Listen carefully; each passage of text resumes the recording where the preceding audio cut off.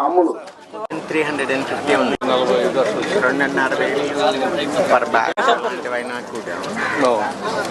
పేరు లోపల మీ ఫోటో ఉంటుంది, మీ పేరు ఉంటుంది, మీకు ఎంత ఉంది పొలం అన్నది ఇక్కడ అంతా నోట్ చేసి ఉంటారు. మీ సరిహద్దులు కూడా ఇక్కడ వేసి ఉంటారు. ఎంత ఉంది? 32 సెంట్లు. అన్నదాత సుఖీభావ పడుతుందా మీకు? 2 విడతలు పడిందా? పొలం బాగా పండిందా? యూరియా అందిందా మీకు? అన్నీ మంచిగానే జరుగుతున్నాయి. ప్రభుత్వం ఎట్లా పని చేస్తుంది?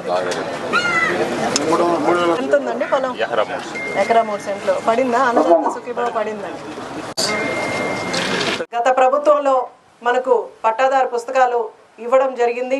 దాని మీద మన ఫోటోలు కాకుండా గత ప్రభుత్వ నాయకులు ఫోటోలు వేయడం జరిగింది. అలాగే ఎక్కడైతే మనకు పొలాలు ఉన్నాయో అక్కడంతా కూడా సర్వే రాళ్ల మీద వాళ్ళ ఫోటోలే వేసుకొని మనకు సర్వే రాళ్ళు కూడా పెట్టడం జరిగింది. గతంలో మీరు చూస్తే ఎలక్షన్ ముందు ఎంతో మంది రైతులు కానీ లేదా పొలాలు ఉన్న వాళ్ళు లేదా స్థలాలు ఉన్న వాళ్ళు కూడా ఎంతో ఇబ్బందులు పడుతున్నారు. ఎందుకంటే ల్యాండ్ టైటిలింగ్ యాక్ట్ అని తీసుకొచ్చి అది ఏమవుతుందన్న భయం ప్రతి ఒక్కరిలో కూడా కలిగింది. ఆ రోజు మన ముఖ్యమంత్రి వర్యులు శ్రీ నారా చంద్రబాబు నాయుడు గారు అందరికి కూడా మాట ఇచ్చారు. ప్రభుత్వం వచ్చిన తర్వాత వెంటనే ల్యాండ్ టైటిలింగ్ యాక్ట్ని రద్దు చేస్తానని. ఆయన ఇచ్చిన మాట ప్రకారం ప్రభుత్వం వచ్చిన వెంటనే మొదటి సంతకం ల్యాండ్ టైటిలింగ్ యాక్ట్ మీద పెట్టి ప్రజలందరికీ కూడా భరోసా కలిగించడం జరిగింది. కూటమి ప్రభుత్వం ఏర్పడిన తర్వాత ముందుగా రెవెన్యూ సదస్సులు ఏర్పాటు చేసి, ఎందుకంటే గతంలో మనం చూస్తే ఈరోజు మనకు అంటే 1 ఎకరా ఉంటే మన పేరు మీద 10 ఎకరాలు 5 ఎకరాలు కూడా రిజిస్టర్ అయిపోయిన పరిస్థితులు. ఎందుకంటే అలా రిజిస్టర్ అవ్వడం వల్ల మనకు సంక్షేమ పథకాలు ఏవైతే రావాలో అవన్నీ కూడా పేద ప్రజలకు ఇవ్వాల్సిన సంక్షేమ పథకాలు కూడా అందేవి కాదు. ఇలాంటివి చాలా వరకు పేద ప్రజలు ఇబ్బందులు పడుతున్నారు. గతంలో ఇలాంటి రెవెన్యూ సమస్యలు ఎన్నో అవకతవకలు జరిగి ఎకరా ఉన్న వాళ్ళకి 10 ఎకరాలు చూపించడం లేదా 10 ఎకరాలు ఉన్న వాళ్ళకి తక్కువగా చూపించడం, ఇలాంటివి ఎన్నో అవకతవకలు జరిగి ప్రజలందరినీ కూడా ఇబ్బందులు పెట్టిన పరిస్థితులు మనం చూసాం. ఈరోజు అది లేకుండా కూటమి ప్రభుత్వం వచ్చిన తర్వాత అవన్నీ కూడా సర్వే చేయించడానికి రెవెన్యూ సదస్సులు గ్రామాల్లోనే పెట్టి అక్కడికే అధికారులు వచ్చి మీ అందరి దగ్గర అర్జీలు తీసుకొని అవన్నీ కూడా కరెక్షన్ చేశారు. అలాగే ఈరోజు పట్టాదారు పుస్తకాలు రాష్ట్రం అంతా కూడా ఇలాంటి పట్టాదారు పుస్తకాలు రాజముద్రతో మనకు పట్టాదారు పుస్తకాలు మీ ఫోటోలు ఎవరికైతే పొలంకి ఎవరిది చెందుతుందో వాళ్ళ ఫోటో లోపలేసి అలాగే QR కోడ్ని మెన్షన్ చేసి అలాగే సరిహద్దుల్ని కూడా వీళ్ళు ఇలా సర్వే చేసి నీట్గా సరిహద్దులు వేసి మీ పొలం ఎక్కడి వరకు ఉంది, మీ సరిహద్దులు ఎక్కడి వరకు అన్నది కూడా మ్యాపింగ్ చేసి సర్వే నెంబర్లు అన్నీ ప్రాపర్గా వేసి మీకు ఎంత పొలం ఉంది ఎంత అన్నది కూడా నీట్గా మెన్షన్ చేసి మనకి ఈరోజు రాజముద్రతో ఒక పాస్బుక్ను కూడా మీ అందరికీ అందించడం జరుగుతుంది.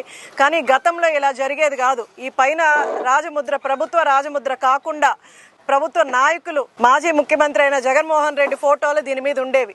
ఆ రోజు పట్టాదారు పుస్తకాలు తీసుకున్న వాళ్ళందరిలో ఒక అనుమానం ఉండేది, ఈ స్థలం ఈ పొలం మనకు చెందుతుందా లేదా జగన్మోహన్ రెడ్డికి చెందుతుందా అన్న అనుమానం ప్రతి ఒక్కరిలో ఉండేది.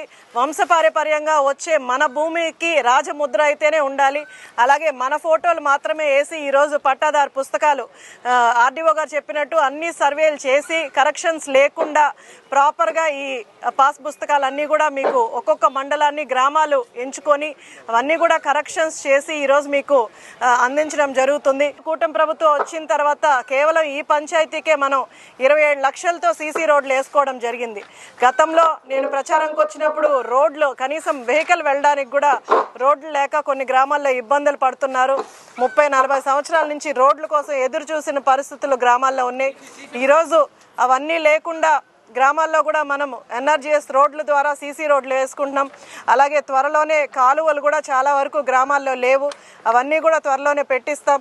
అలాగే ఇల్లు లేని వాళ్ళకు కూడా మనము హౌసెస్ ఎవరికైతే లేవో అంటే కొంతమంది ఊరుస్తూ ఉన్నాయి ఇల్లులన్నీ కూడా పాతబడిపోయిన ఇల్లులు ఉన్నాయి, అవన్నీ కూడా ఈ మండలానికి గాను 1240 వరకు కూడా మనం ఇల్లులు ఇవ్వడం జరిగింది. ఈ పంచాయతీలో 63 వరకు ఇల్లులు, ఈ గ్రామంలో 63 వరకు ఇల్లులు పెట్టడం జరిగింది.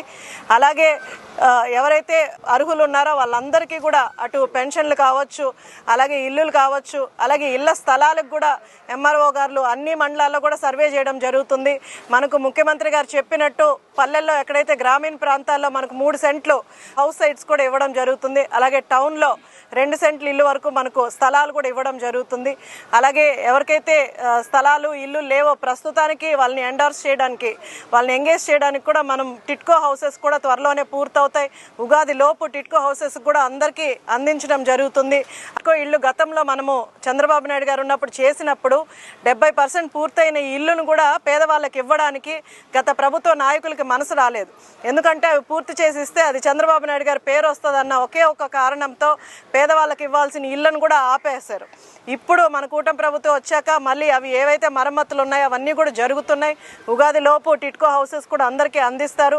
అలాగే ఏవైతే హౌసెస్ అన్నీ రిజిస్టర్ చేశారో అవన్నీ కూడా త్వరలోనే మీ అందరికీ కూడా శాంక్షన్ అయ్యి అందరికీ కూడా కొత్త ఇళ్ళు వస్తాయి. అన్నదాత సుఖీభవ కింద రైతన్నలకు ఎప్పుడూ అండగా నిలబడుతున్న ఏకైక పార్టీ మన తెలుగుదేశం పార్టీ. ఆయన అన్నదాత సుఖీభవ కింద సంవత్సరానికి 20,000 ఇస్తానని ఆ రోజు మాట ఇచ్చారు.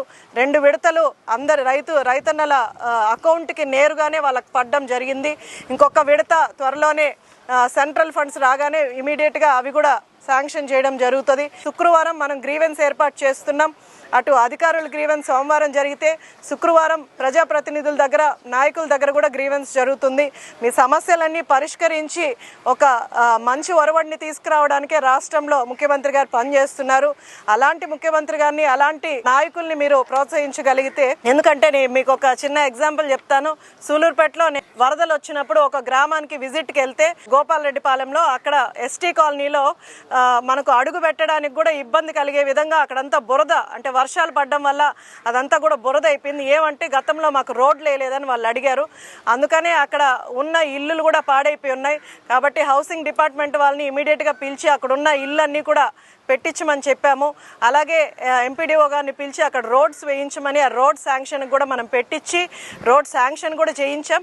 కానీ అక్కడ ఉన్న సర్పంచ్ మేము రోడ్లు వేయడానికి ఒప్పుకోవడానికి, సంతకం పెట్టడానికి కూడా అడ్డుపడుతున్న పరిస్థితులు మనం చూస్తున్నాం. కాబట్టి లోకల్ బాడీ ఎలక్షన్స్ వస్తున్నాయి. మన వాళ్ళు, మన సర్పంచులు ఉంటే రేపు అభివృద్ధి చేసుకోవడానికి సులువుగా ఉంటుంది. కాబట్టి ప్రజలు ఆలోచించాలి. ఒక మంచి నాయకుడిని రాష్ట్రానికి తీసుకొస్తే రాష్ట్ర అభివృద్ధికి మనం రేపు రోడ్లు వేసుకోవాలన్నా లేదా ఇల్లులు కట్టుకోవాలన్నా అన్నిటికీ కూడా మనకు అందుబాటులో ఉంటుంది. కాబట్టి ప్రజలు ఆలోచించి మంచి ప్రభుత్వాన్ని, మంచి నాయకుడిని ముందుకు తీసుకెళ్లవలసిందిగా అందరినీ కోరుకుంటూ, ఈరోజు ఎవరికైతే పట్టాదారు పుస్తకాలు వచ్చాయో అవన్నీ కూడా ఇచ్చేస్తారు.